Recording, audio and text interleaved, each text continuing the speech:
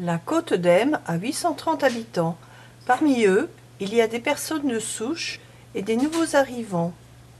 Moi, par exemple, ce qui a changé aussi, moi, quand j'avais l'âge de Maëlys, Océane, j'allais tous les jours chercher le pain chez Gaston, comme on l'appelait, et à pied, alors je revenais tous les jours. Alors, quand on avait un petit peu de sous, on achetait des caramels à 1 franc, comme on l'appelait. Vous alliez à la Montagnette ou aux Alpages? Aux Alpages, oui. On demandait l'autorisation à l'inspecteur de l'académie pour aller à l'école, pour aller à la montagne, pendant manquer l'école pendant 1 mois. Comme ça, on était plusieurs comme ça. Vous manquiez l'école? Ah oui, carrément au printemps, là, 20 mai, 20 juin, par là, on était absent. On était plusieurs, comme ça, c'était comme ça. Et puis, et là où vous faisiez berger? Berger, j'aidais ma mère, ma grand-mère à garder les vaches. Je sais ce que c'est que prendre la brouette, sortir le fumier, la brouette plus lourde que moi. Traire le lait, à la main. Des choses comme ça, faire le beurre, plein de choses comme ça. Quoi.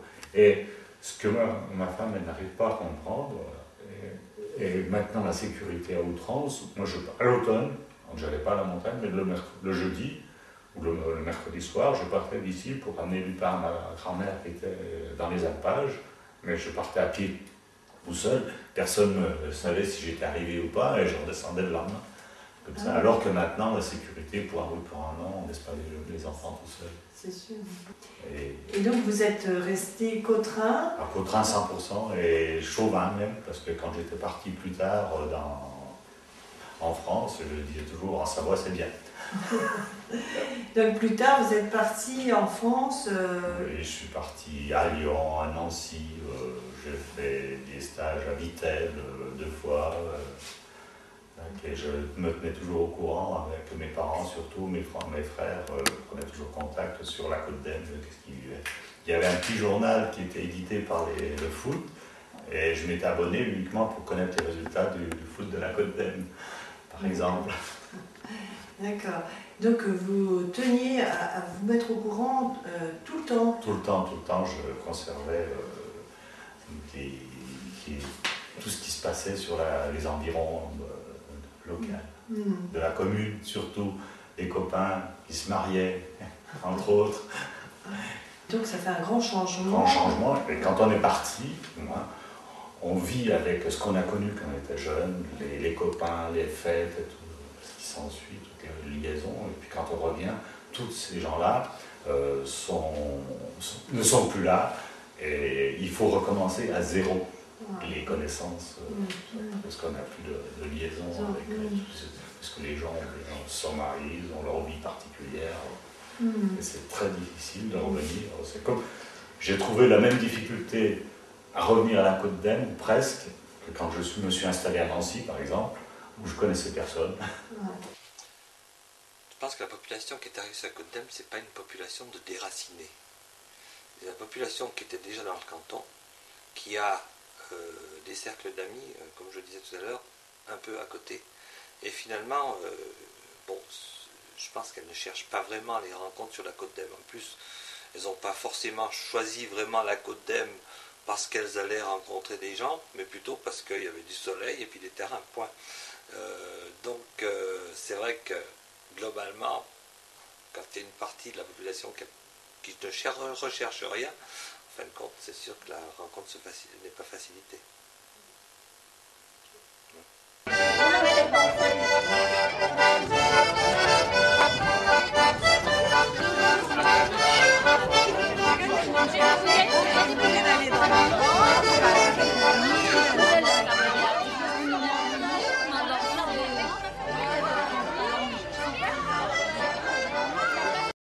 Et toi, Béatrice, comment t'as atterri ici? Comment j'ai atterri ici?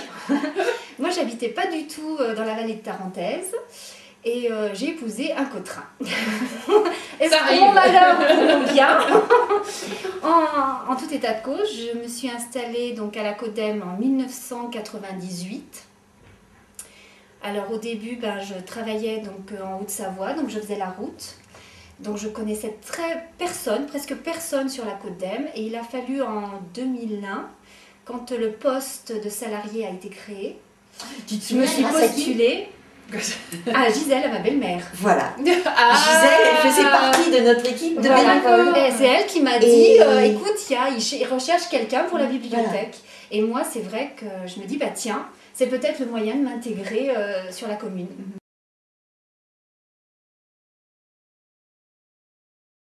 Lisa, toi qui es une immigrée, comment as-tu vécu ton arrivée à la Côte d'Em? Bah en fait je me rappelle pas trop parce que j'étais petite, mais je me rappelle juste que à l'arrivée à l'école de la Côte d'Em, c'est vous qui m'avez accueilli, toi et Thomas, et vous avez été super gentils avec moi.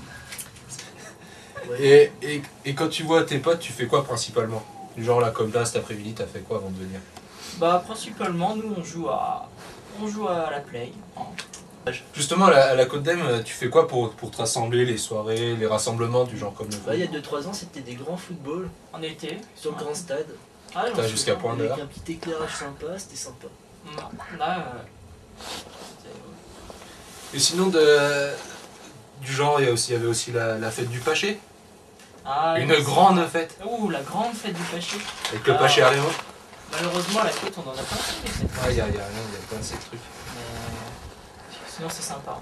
Oula. Et il faudrait faire quoi à la Côte d'Em pour amener plus de monde, pour que ça t'attire plus?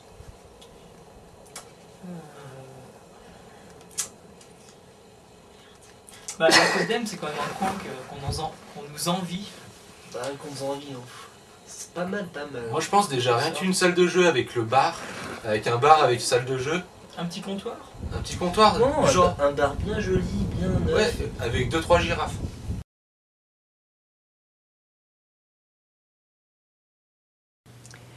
Et se rencontrer entre jeunes et moins jeunes, est-ce que c'est possible? Oui, sans doute, oui. L'intergénérationnel, c'est forcément très intéressant. Bon, après, le problème, c'est de savoir si ça marche ou ça marche pas. Ça marche en général très bien quand la différence d'âge est très grande, c'est-à-dire les grands-parents avec les enfants, parce que les jeunes sont friands de connaître la vie d'avant, qu'ils n'ont pas connue, la vie avant les MP3 et puis les consoles de jeux, savoir un peu comment les grands-parents jouaient, quelle était leur vie. Dans un cœur de beau pays franc, de tout notre cœur et tout simplement. Et les choses qu'on voit, car de vieux les ont vues, nos peines et nos joies, tant de vieux les ont vues. Le passé a formé notre amour pour les choses, les amours sont écloses. C'est si simple d'aimer.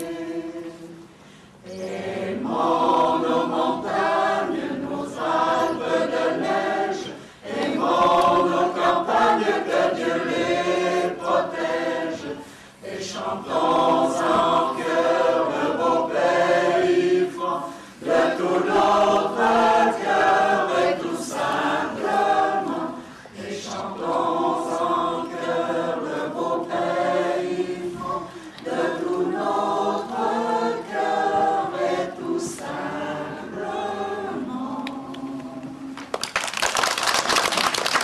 Bon, les événements qui marchent bien, où cette population bouge un petit peu, ce sont les événements qui mettent en scène les enfants de l'école. Parce que forcément, là, on a les papas, les mamans, les mamies, là, tout le monde vient, il n'y a pas de problème. Mais en dehors de ces événements-là, on se demande bien qu'est-ce qu'il faudrait faire pour arriver à contacter ces gens, les voir, discuter un peu avec eux, quoi. Et nous, on s'était rendu compte, par exemple, que toute la nouvelle population arrivée sur la commune, dans toutes les constructions des Mariets, et puis aussi autour du village et un peu partout, n'avait pas trop tendance à rencontrer la population de souche. C'est pour ça qu'en 99, on avait lancé une première action qu'on avait appelée la Côte-Reine, une fête qu'on a organisée sur le stade de la Côte d'Em. Oh, oh, oh, oh.